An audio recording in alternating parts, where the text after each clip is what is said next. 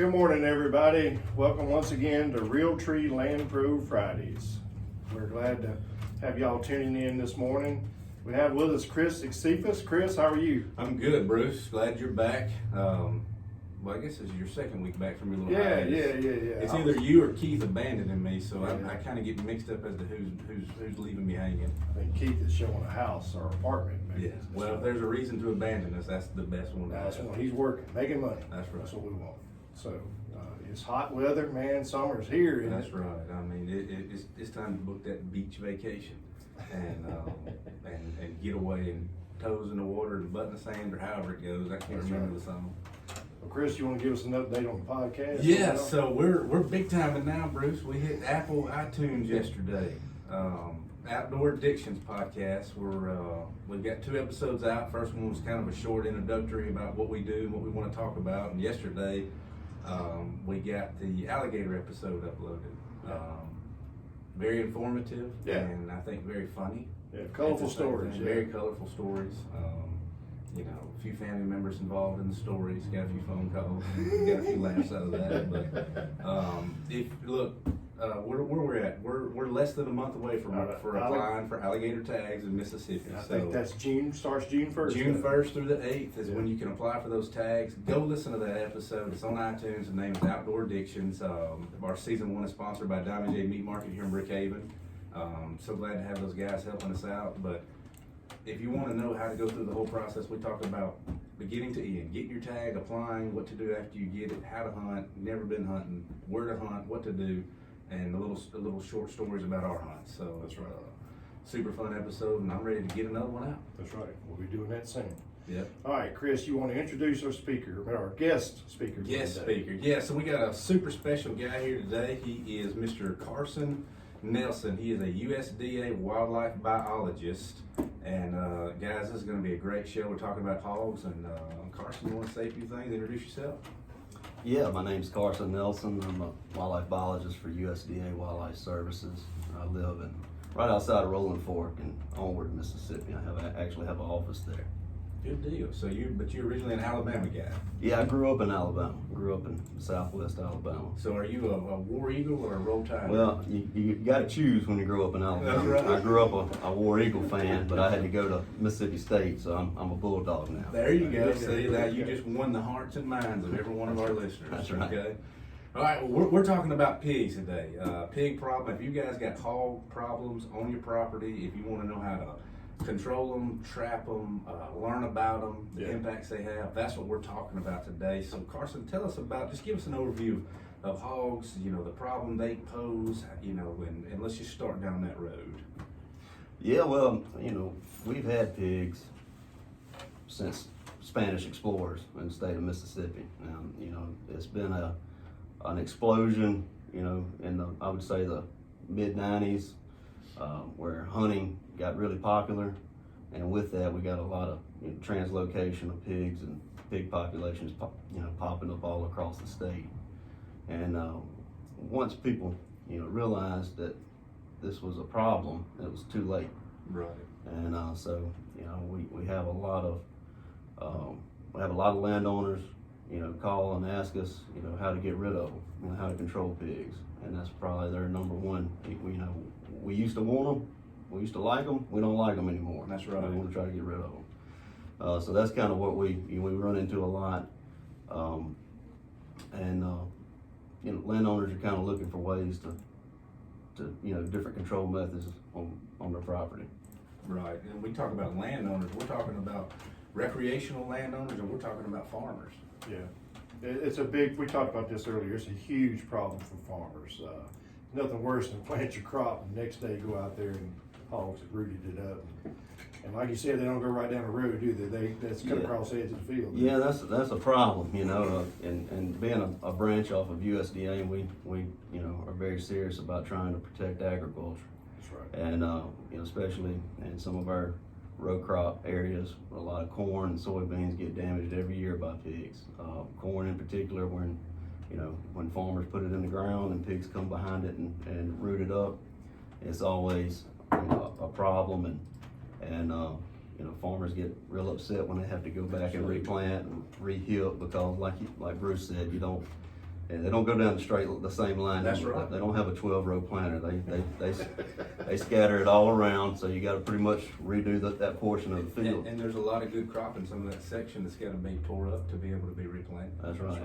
So, damage to crops, damage to land, we were talking earlier, even if you've got recreational property, they're tearing up the ground, like you said, it looks like a plow just went right down through it. Yeah, I was on a property in Franklin County a few years ago, and there's an oak flat, and didn't see any hog sign until we got to that oak flat, and man, it looked like somebody just took a shovel and just turned that, all the acorns were gone, and it was a mess. It was an absolute mess. Yeah, I can imagine it being, a problem, especially showing a piece of property to people that, kind of have to see it for the first time, that they might have to, do a lot of work to keep this place looking pretty if it's got pigs, And that's one of the main reasons why, we as land pros, we wanted to get you here and go through this, because property owners and prospective buyers have hundreds of questions. Yeah, and so that's what we want to just jump into now. So let's say that I own a piece of property, or I just bought one and I realize I have hogs all over it. What are some things I can do to help curb that population? Yeah, and that's, the first thing is people think pigs would be okay if we only had a few of them. And there's just no such thing as a few. You either got pigs or you don't. That's right. So the first thing, if you're a landowner and you recognize pig damage, or you have a few pigs on your property, especially if it's a small number, the first thing you want to do in any case is start a trapping program. The technology's gotten a lot better in the last 10 years. There's a lot of different options out there, utilizing some kind of large corral trap or drop trap, and monitor the trap and the bait, pre-bait, get the pigs coming to the area, and trying to catch that entire family group, that sounder group of pigs. And then that's the most versatile method that we have. We'll get the train coming through, as always. Yeah. Talking about that earlier, these traps, we were talking about the pigs multiplying and those sounder groups that stay together. You made a remark about, you sit at the deer stand, you see that group of pigs come in. If you're trying to be serious about trapping, why don't you want to just start blasting away at them? Yeah, anytime that you have a trapping program in place, you want to try to keep those pigs comfortable as possible. So the last thing you want to do is just try to take one pig out of the group, and you run the risk of scattering those pigs all across the landscape, and where you could have caught the entire group. Say it's a sounder of 10 pigs, you took one out and just scared them and split them up and ran them off your property, when you could have set a trap out and and set it up and caught all 10. It's successful. And we talked earlier about pigs moving 5 miles. I mean, upwards of 5 miles. So, like you made the remark earlier, Bruce, you said there's two types of landowners. There's people with pigs and people who are gonna have pigs. Yes, that's right. And they'll move in, and we talked earlier about when you see one or two, that's when you wanna start your trapping program or your dispatching program. Right.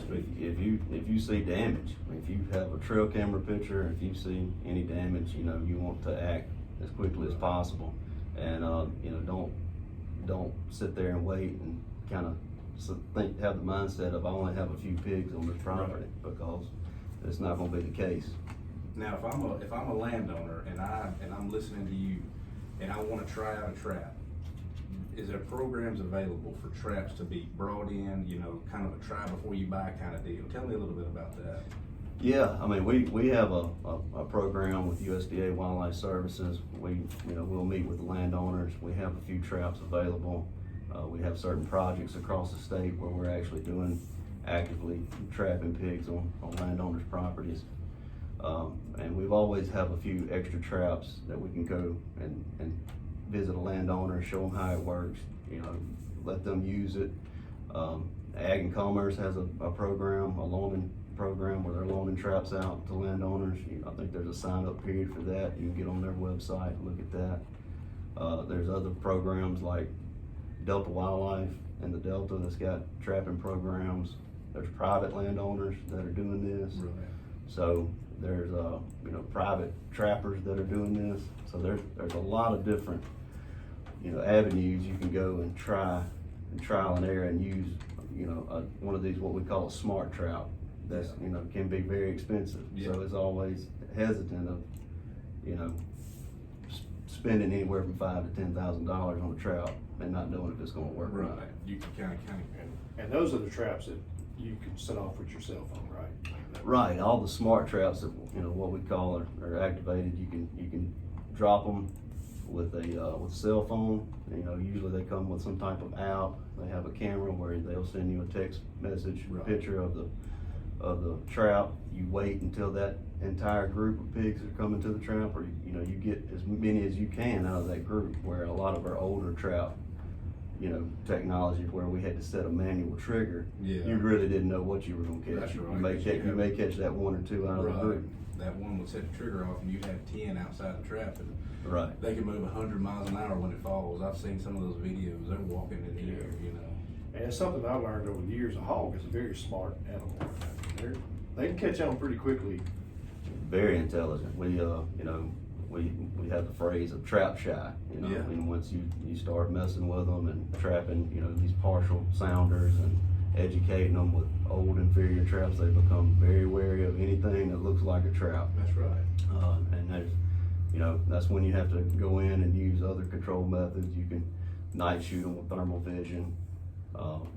We had hunting or snaring, or we do some aerial gunning. The aerial gunning, That sounds like a lot of fun. Well, I was gonna say, I meant to tell them to bring a sign-up sheet for that, because I want, Yep. I manned some guns from some aircraft overseas, and Yeah, you'd probably be pretty good I at that, know I Chris. could hit a hog, if somebody will give me the chance to get back up. Yeah, we get a lot of that. We get a lot of that. That's probably our, most popular request. I If can we can imagine. get in the helicopter. Yeah, I want you to come do my place, but I wanna go up with you. Right. Yeah. We were talking about that rate of multiplying earlier. A lot of people will say, well, look, a hog will only have 2 or maybe 3 litters in a 12 to 14 month period, but what they don't understand is females will start having litters at 6 months.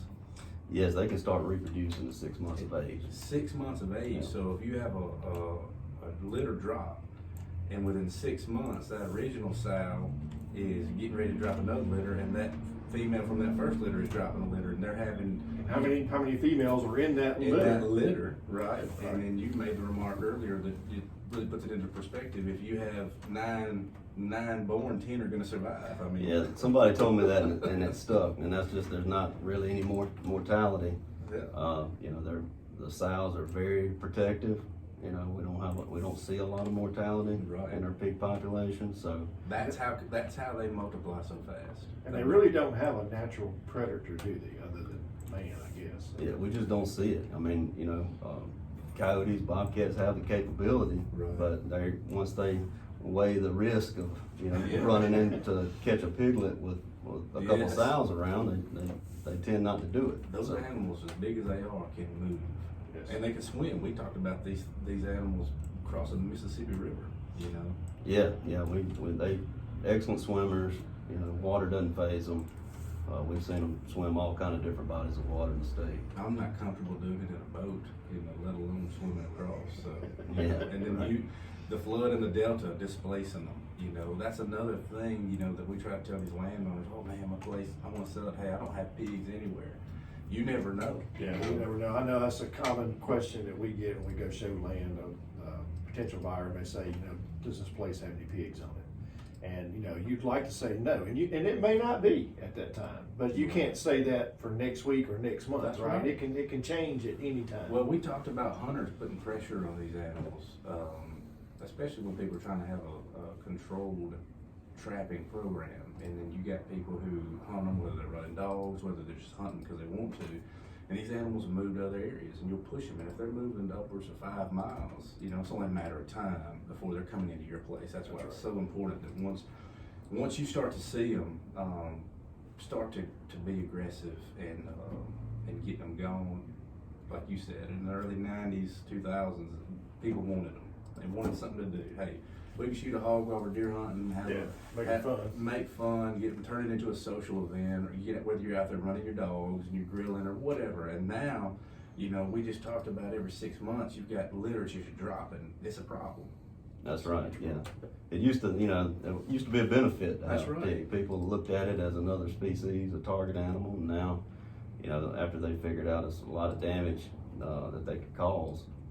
And it's always a problem when they're trying to plant for other wildlife planting for other species, and they can't put any summer plots in or anything like that. Moist soil management is, It's the ripple effect. Right. I mean, it's not just affecting other wildlife you're trying to hunt, it's affecting your property value, it's affecting your crop your way of life, if you plant for a living. Right.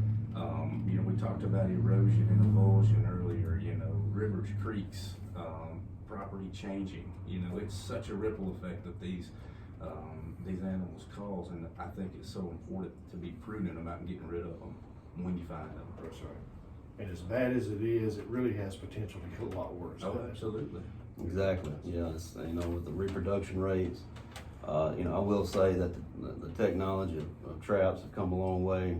The education, there's been a lot of workshops done by, different agencies, our agency, Mississippi State, on, just educating the public, and people have really, Right. started investing in I some would type tell of you that control management. The state extension service is such a resource. I mean, we talked about this a month ago with sunflowers. I mean, if you're planting a crop, dealing with an animal, they have the info there. It's such a resource for us. And, kind of getting to the end here, let's talk about how people can get this information. They listen to our show, they're like, I got a problem, I want to get it handled. Where can they go? How can they get in touch with you, USDA Wildlife Services, local places? What can they do to find out their next step? Yeah, you can get on our website, our USDA Wildlife Services website. That we have a lot of feral swine information on there. You can call our state office at Mississippi State. You can call myself. You can some of the other programs like Ag and Commerce. You can get on their website and sign up for their loaner trap program. And but yeah, just give me a phone call and we can get you. What's your number, Carson? It's 662-822-0070. Deal. All right. Well, Carson, thank you, man. Appreciate you. Yeah, glad to be here. Thanks for having me. And Chris is our newest land pro, and Chris is itching to get some listings. Chris, man, I was like poison ivy over here. It's all over. I'm itching. Somebody call. how are they gonna get in contact with you? They can call me at 601-695-4308, day or night. Okay, does not matter. I have an 8-month-old baby, so I'm probably, you're probably up. I'm probably awake. But guys, this is a pretty big deal. So if you got questions, if you can't get in touch with Carson or whatever, give me and Bruce a call. That's right. We know how to point you in the right direction. That's right. Be glad to help you. Carson, I appreciate you coming down. Yes, sir. Thanks. Sweet. I think it went pretty good. Yeah, man. That was a lot easier than I thought. I'm telling you.